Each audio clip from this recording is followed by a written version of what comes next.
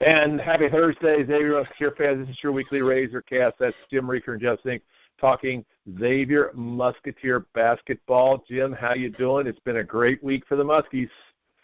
Yeah, great time. Number 8 in the country, moving back up the national rankings at a 19-3. Think about that, Jeff. 19-3.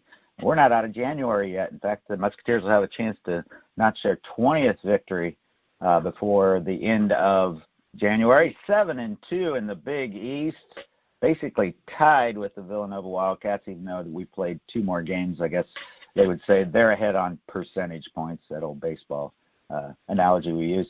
And number 3 in the RPI, yeah, great week, 2 big wins, one on the road, one against a team that swept them last year.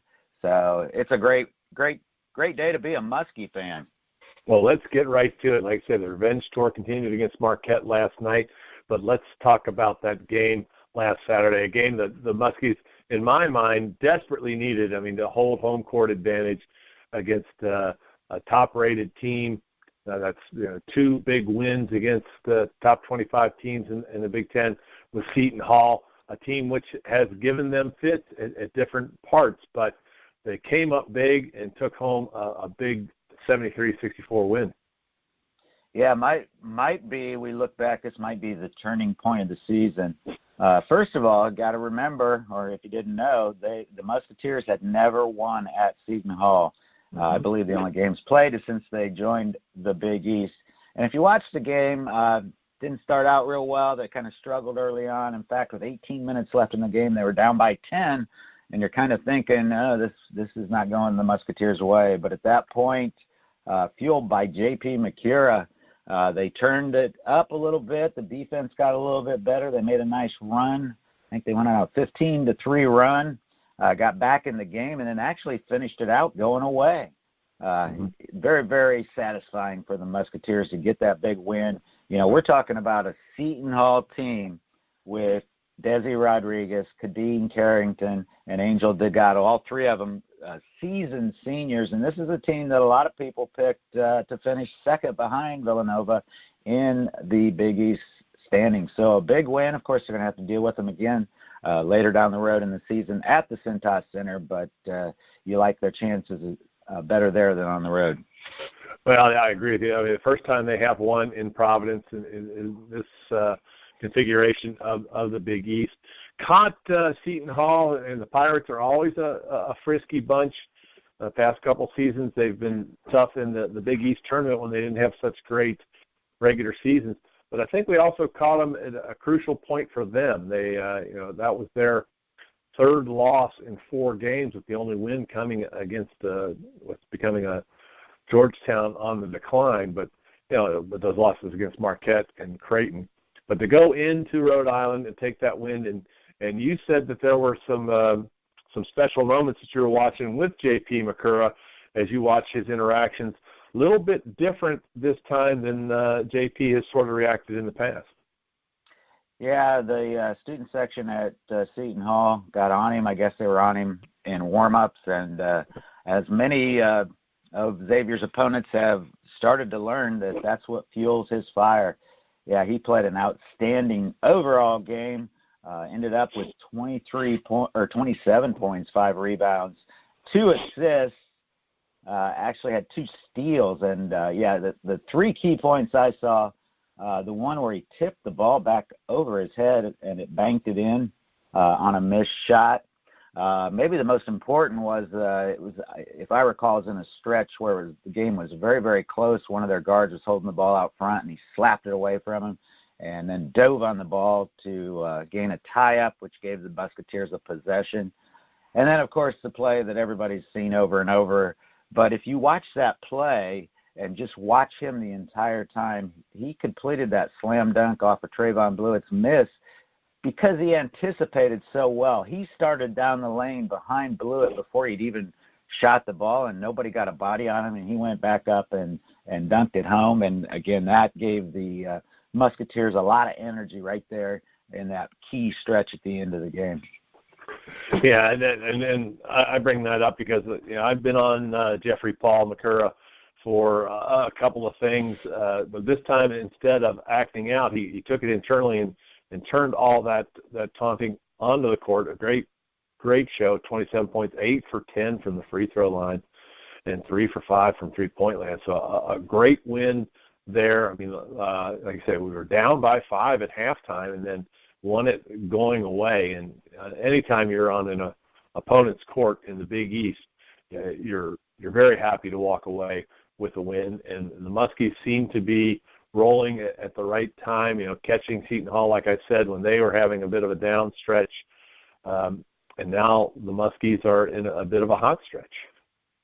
Yeah, and the key factor I think you need to look at, we'll get into last night's game, I know, here coming up, but in both games, and we've talked about this before, if there is something they really needed to improve on was their defense. And definitely in that second half of that Seton Hall game, they really upped their defensive pressure and just locked in and were able to do so well, especially in the post. I think that's where they have an advantage over almost every Big East team, that they got the three-headed monster, as we call them, Tyreek Jones, Karam Kanter, and Sean O'Mara, that they could play great defense, and then on the other side of the ball, of course, we can shove the ball down into the paint and score. And I don't know if any other team has they definitely don't have three. You look at Seton Hall, they do have Angel Delgado, but the three of them were able to kind of keep him intact and from going off and having a big scoring or rebounding game. Yeah. Well, great job on Saturday. Happy to get out with that. Like I say, they got that's also it was a big week. I'm sure you mentioned last week when you were flying solo on the Razor Cast while I was in Arizona. Big week for Chris Mack, getting number 203 passing Pete Gillen on the all-time Xavier coaching list. Yeah. And I guess one other factor that we've talked about that showed some market improvement against Seton Hall, and then again last night even more, is the turnover number. Actually only had 12 turnovers at Seton Hall. That's right around that 10 mark we like to see. And, again, I think that's the key. If they could play defense like they've started in the last week here, I think things are going to go in a positive way and keep those turnovers again around 10. It gives them a chance, I think, of beating everyone or anyone in the country. Of course, you kind of look at the upcoming, they're going to have this weekend off, probably well-deserved, as they've been going at it since Christmas about twice a week. Well, let's talk about the week to come after we got a chance to talk about this Marquette game from last night, because that's a big factor, and we'll sort of go through the end of the season. But last night, the Golden Eagles come into Cincinnati, a team that swept us last year, and the Muskies certainly didn't want to let them anywhere close to having a taste of victory in either of the games this year, and they just dominated them last night. Yeah, and you had to be concerned. This was actually the Golden Eagles' first game in 9 days. Again, maybe that was too long of a layoff for them, but they were coming off a break. But you fear that, knowing that they have that long to prepare for Xavier, and actually having already seen them up in Milwaukee, you felt like they were definitely going to be prepared. But, yeah, and this is a scary team with two guards averaging 20 points each, and Andrew Rousey and Marcus Howard. And they have, I believe, that I heard, the fifth top scoring offense in the country. I think they average over 90 points a game. So you had to be worried, and especially in the past, teams with good three-point shooters, as Rousey and Howard both are, you had to be worried that they could go off and score a lot of points and maybe pull off the upset here in Cincinnati against the Muskies. Well, Howard did go off. There's no doubt about that. Rousey was an off game, but it's one of those things. Howard 14 for 27 from the field for a total of 33 points. But when your team only scores 70, like say when you're close to scoring 90, that's one, a tribute to Xavier's improving defense, and also the fact that you got to have support. Let that guy shoot. Let him go out there. He's not going to be able to beat him by yourself. And that's what I liked that I saw last night is, Howard went off, but the Muskies had 5 guys in double-digit scoring. So the balanced approach beat the star approach last night.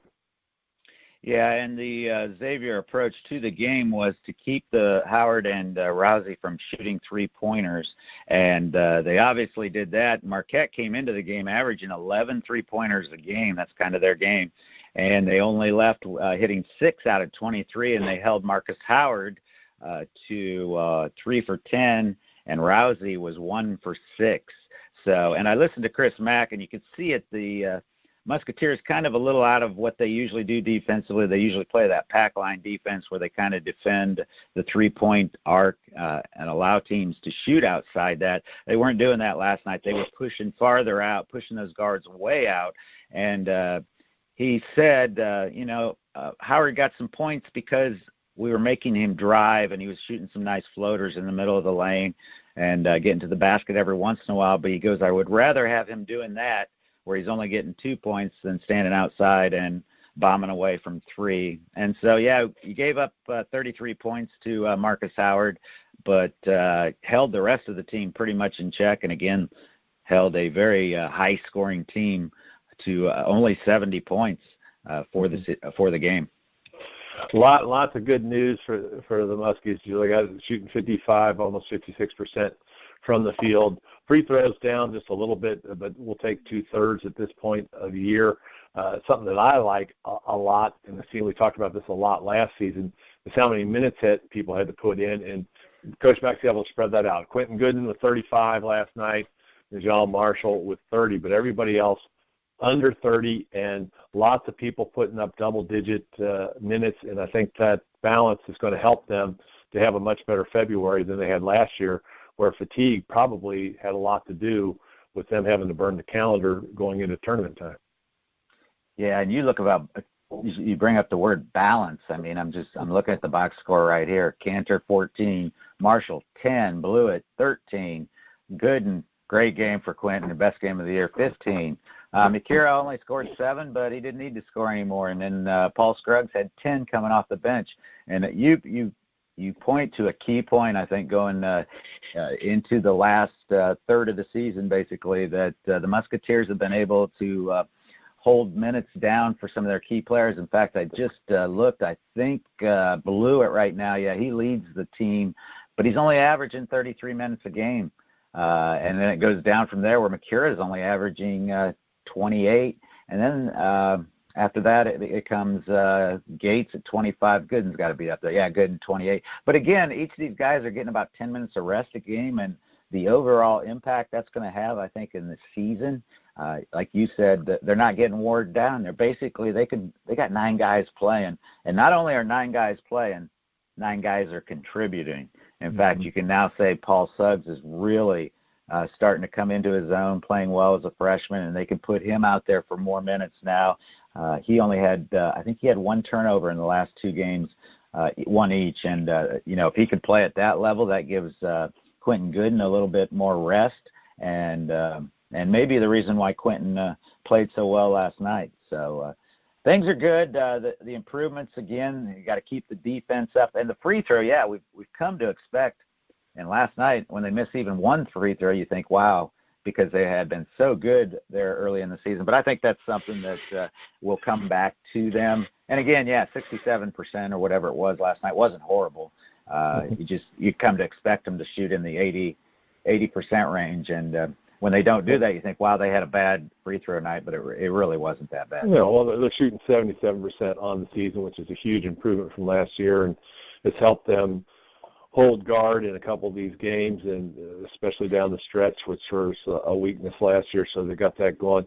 You bring up a name that we can't move on from the Marquette name without mentioning. We brought it up a couple of weeks ago. We knew it was inevitable, barring injury, but Trevin Blewett last night joining the 2,000-point club for the Musketeers, only one of 5 guys that have reached that level in their career with the Musketeers.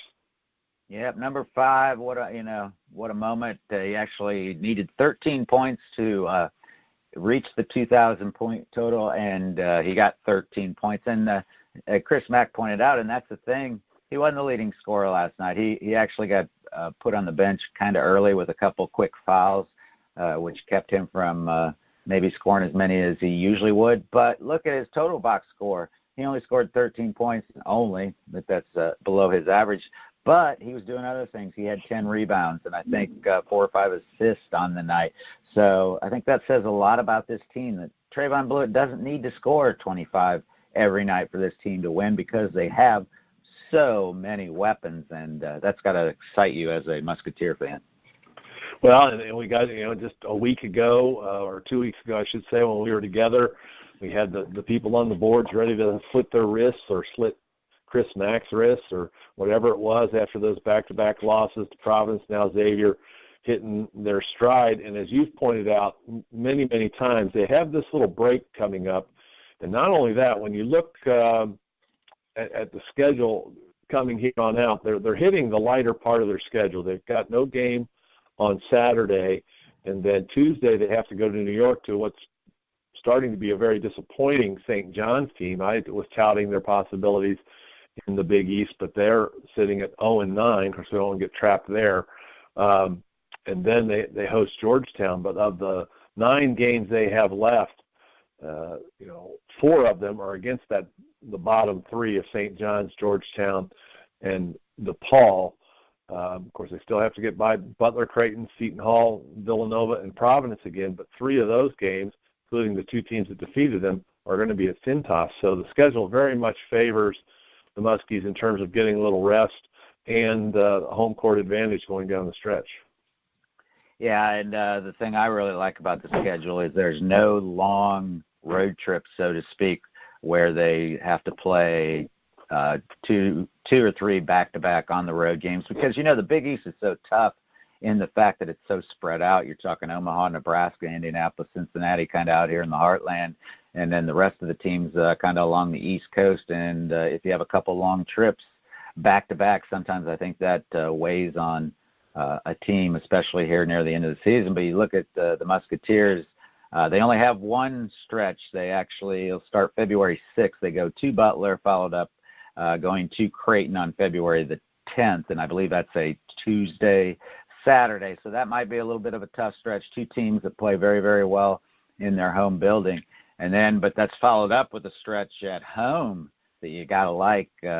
Seton Hall coming in on the 14th, Valentine's Day, Ash Wednesday. I think a lot of things going on that day. And then followed up by the big rematch with the Villanova Wildcats on the 17th. So I like that schedule.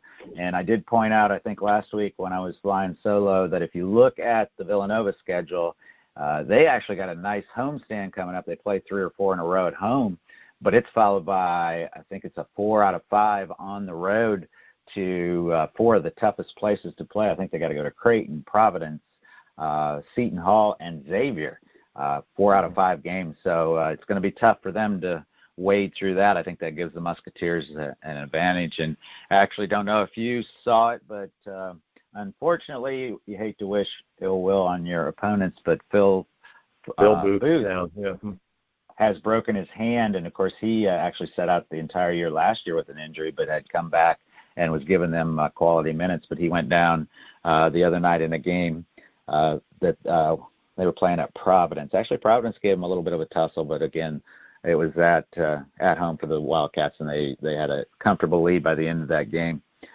Yeah, looking ahead, you can't rest, and hopefully the Musketeers don't look at this ahead like we don't have to play hard, because the first time you go into New York against St. John's, a very hungry team for a victory, and they haven't played that poorly, and they haven't lost by that much in a lot of Big East games. You're going to have to bring your game every night, or somebody like the Johnnies could upset them next week. Mm-hmm. Well, first, we wish Phil Booth the best. Two very rough seasons for him, and he was the Muskie killer in that first game, coming up large early and helping them build that big lead, which the Muskies couldn't come back from. But you're right. When we look at St. John's, disappointing so far in the Big East, sitting at 0-9, 10-11 overall. So they came into the conference 10-2, but they just haven't been able to take it to anybody. But this is also, a team that has got that Chris Mullen hard-nosed defense, pop it from the 3 mentality. But they just haven't been able to put it together. Shamori Pons is the one you really got to look at, Marvin Clark's in there. They've got 5 guys that score in double digits, but a stat you keep looking at, the turnovers are sitting at 11 a game, and that's just barely above their list, their assists. But they also get a lot of steals, so that they kind of go with the flow, and it's got to be momentum going their way in order for them to get it going. They got to play a little more consistently, and you hope that doesn't happen against the Muskies next Tuesday. Yeah, because you remember that they were just at the Cintas Center a couple of weeks ago and wouldn't go away. I think the Musketeers actually ended up winning that game by 6 points. 6. They also are dealing with a loss. Marcus Levette, the other guard, along with Shamori Pons, that dynamic duo that Chris Mullen has there. He's been, of course, ruled out for the rest of the season. Had been dealing with a foot injury, and they thought he might be back, but I believe it was right before the Xavier game they announced that his season was finished, that it wasn't an injury that he was going to be able to come back from in this season. So, again, yeah, it's a lot of tough. You look at DePaul. DePaul went into Georgetown last night and picked up a big win. You can't rest on anybody. Of course, we've talked about it all year long, that the Big East is a grinder, and you got to play everybody twice. You got to play everybody home and away. So, hopefully the Musketeers can continue on their winning ways, and, again, doing a lot of things really well. But, as you know, sometimes it's hard to sustain things. One stat I did find is, and this is probably a key because, again, we've talked about the defense had been a little suspect, but when the Musketeers hold their opponents under 70 points, they are 17-0. So, again, that kind of tells you that the defense is the key for this team. Oh, definitely, and we've gotten on that. Of course, the Johnnies are only averaging 74, so that's it. And I wouldn't want to be the Johnnies right now. The Red Storm, even before us, they have to go to Indianapolis and face Butler and Hinkle, and then right after facing us next week, they've got a host Duke and Villanova back-to-back, so it could be a very long 10 days for Chris Mullen and his boys.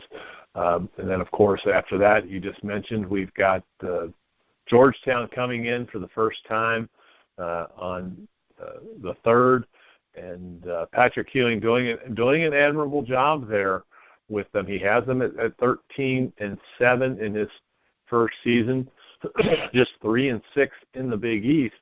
But they've been in some games. I mean, they took Butler to overtime, just lost by 9 at Marquette, a place that goes, one way or another. Of course, the loss to DePaul doesn't look all that good, and they looked very ugly against Villanova and Seton Hall the week before that. This is a team that's probably a couple seasons off. Patrick Ewing's going to have to get his recruits in there and instill his culture, as we've seen in a couple viral videos where he's told guys, the very famous one already this year is, have you ever practiced that shot? Do we ever practice that shot? Trying to get them to understand it. But I don't know about you, but I did not expect the Hoyas to be sitting at 13-7 coming in to see us next week. Yeah, and I actually watched that DePaul game last night, and something that doesn't show up in the box score is they were actually down in the first half by 14 and edged it down to, I think, 4 by halftime. And in the second half, they got down again double digits and came all the way back and actually took the lead near the end of the game.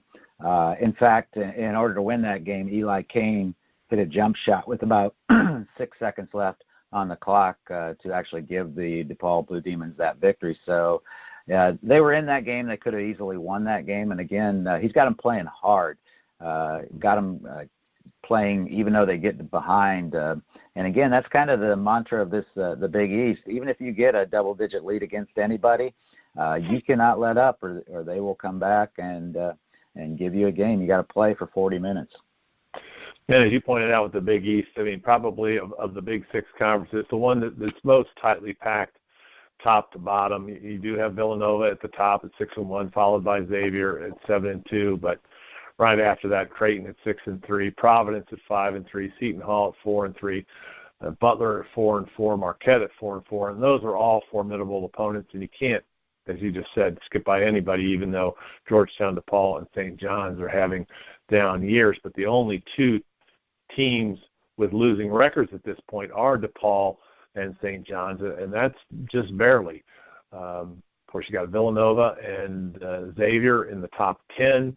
Seton Hall was in the top 25, and Creighton have been in the top 25 recently. So it's just one of those conferences that they're going to beat up on each other, but when it comes tournament time, either Big East tournament time or NCAA time, these aren't teams that you're going to want to face. Yeah, and another thing to point out is the Big East. When you go everywhere you go on the road, it's a raucous environment. They have great home court advantage, so to speak. One of the best in the country, besides the Cintas Center for the Xavier Musketeers, is the CenturyLink Center out in Omaha, Nebraska. Creighton doesn't lose there very often. Of course, you can talk about the Bradley Center in Milwaukee, the Wells Fargo in Philadelphia. They're big arenas that these teams fill that gives them the emotional lift and home court advantage. I was reading a little bit of a board this morning on a Xavier fan was saying, not to diss the Atlantic 10, the league that they were in before the Big East, but you look at the gyms. He said he was watching a couple games last night in the A10 and just realized the difference, because a lot of times in the A10 those gyms only hold maybe 3,000, 4,000, 5,000 and aren't always full, and they're not playing in the environment that the Big East is playing in. So but again, the Cintas Center, obviously, in fact, I was really impressed. I heard a national pundit last night when he was playing Xavier highlights from the Marquette game, and he made the point. He said, when the Musketeers get that crowd behind them in the Cintas, they're almost unbeatable. And they keep trying to expand that with the new balcony seats and the things that are going on, and a lot of people want to get in there, and Xavier is hot. And again, a bit of a great week in the past, 2 good wins, and now it's a bit of an easy week. No game on Saturday, which is a big bonus, a little off time there. Going to New York on Tuesday, and then not having to play until the following Saturday. So, not really as much to talk about in the week to come as we would normally have, and that's good for the Muskies and Chris Mack. Let's just hope it doesn't happen to them what happened to Marquette. Like you said, that they come out a little cold or unprepared when it comes to there. But next week we will have a lot to talk about going into the big stretch where they're going to have to play those formidable teams. So we just wish them the best and hope that things continue. Again, big congratulations before we get to our trivia and tidbits. Two little trivia things. Chris Mack, again, passing his mentor, Pete Gillen, for the all-time winningest coach for 203, now 204 victories, and Trayvon Blewett joining that very elusive 2,000-point club. Congratulations to both of them. But we'll move on, and unless you've got some more things you want to throw at us, and hit our trivia and tidbits.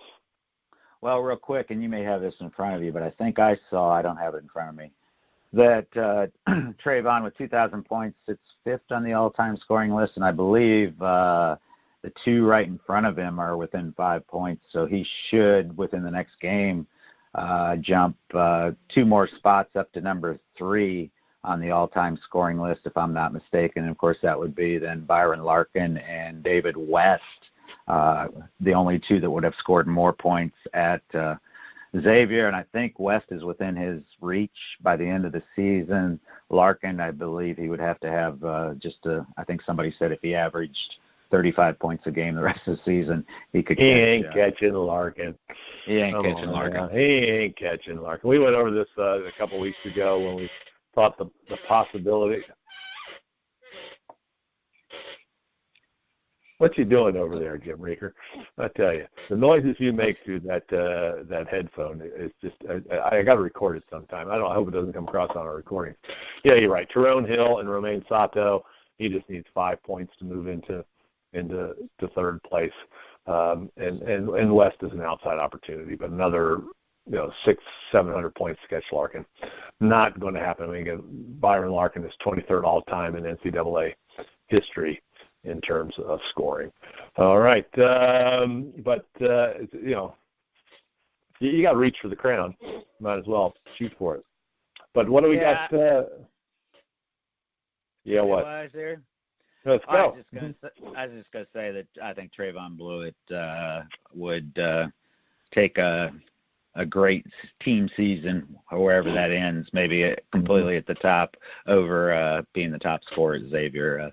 He's a team player, again, as he showed last night, not scoring that many points, even though he knew he was only 13 away. Trivia!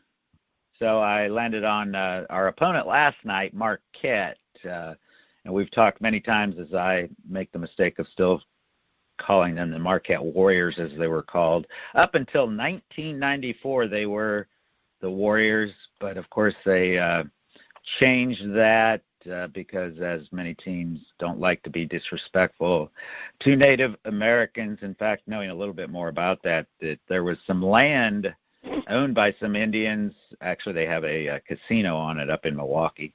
But Marquette needed some extra land for some soccer and lacrosse fields, and the Indian tribe that runs that casino said, you don't even have to pay us for it. If you just change your name, we'll give it to you. So that was kind of the reason why the name change came in 1994. But here's one for you. Do you know what their name was? They did become the Warriors until 1954. Do you know what the mascot for Marquette was before 1954? Before 1954. Wow. Yeah, you're going back. Give me a hint. Okay, I'll give you a hint. It's actually a geographical mascot, if that makes any sense. You were just in Milwaukee this fall.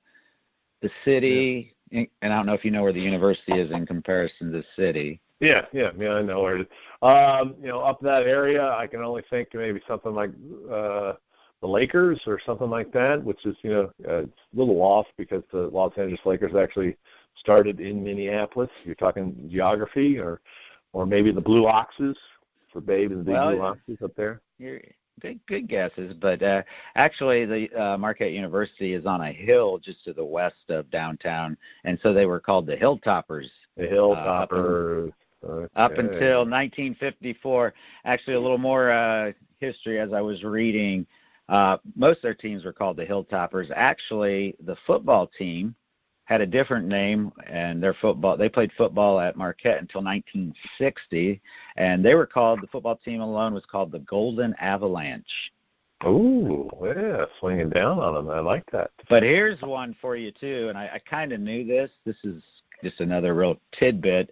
Changed their name to the Golden Eagles in 1994. In about 2004, there was a student movement, and I think it continues today because I've been to many Marquette games, and the students still chant, "Let's go Warriors."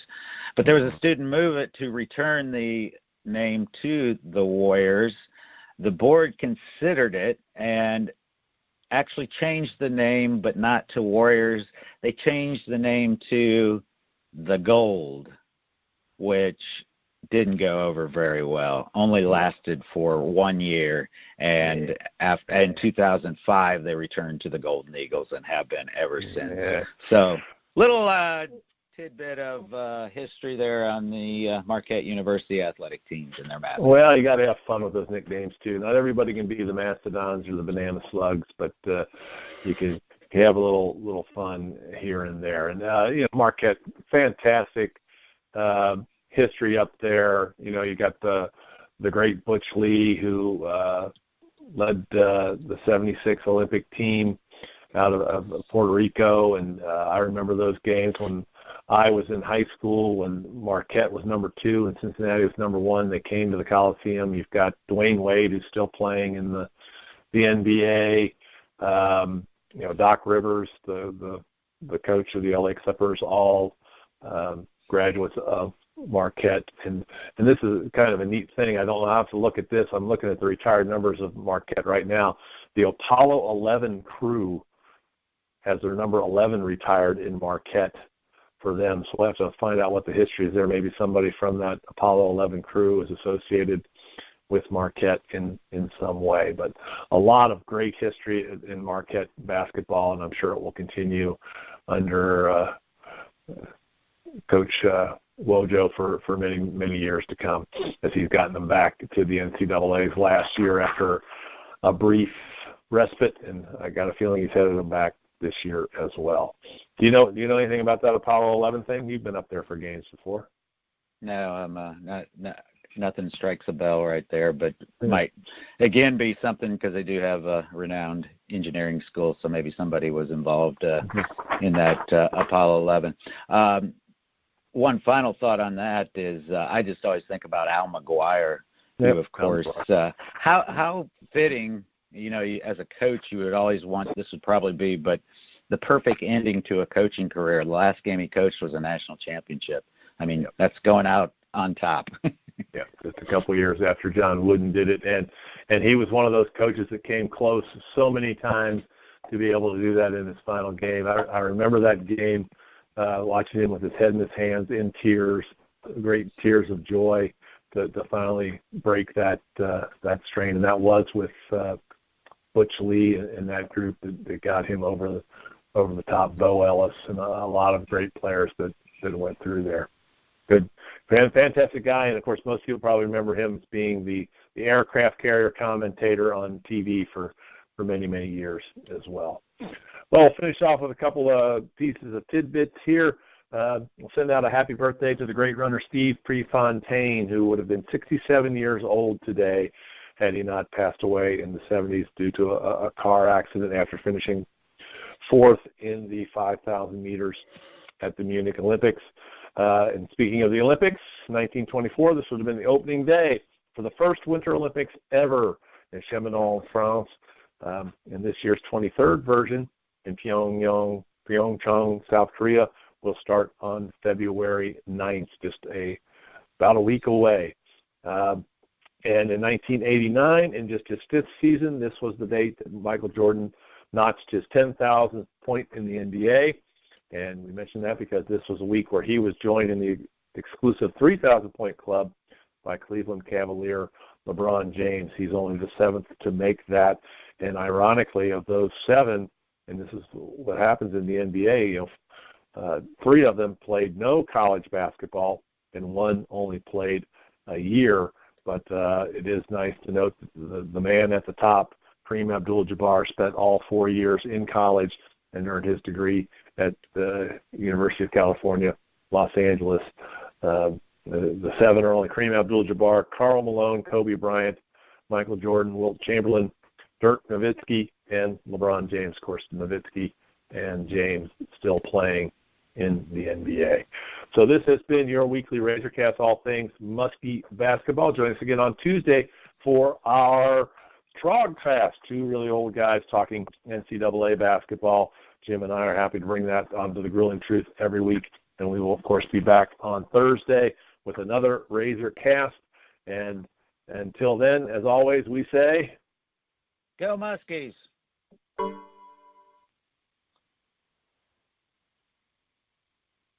Still there?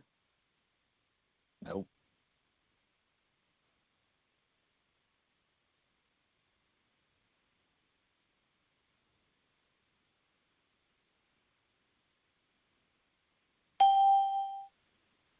You're back. Just I hit the wrong button. You're out of practice.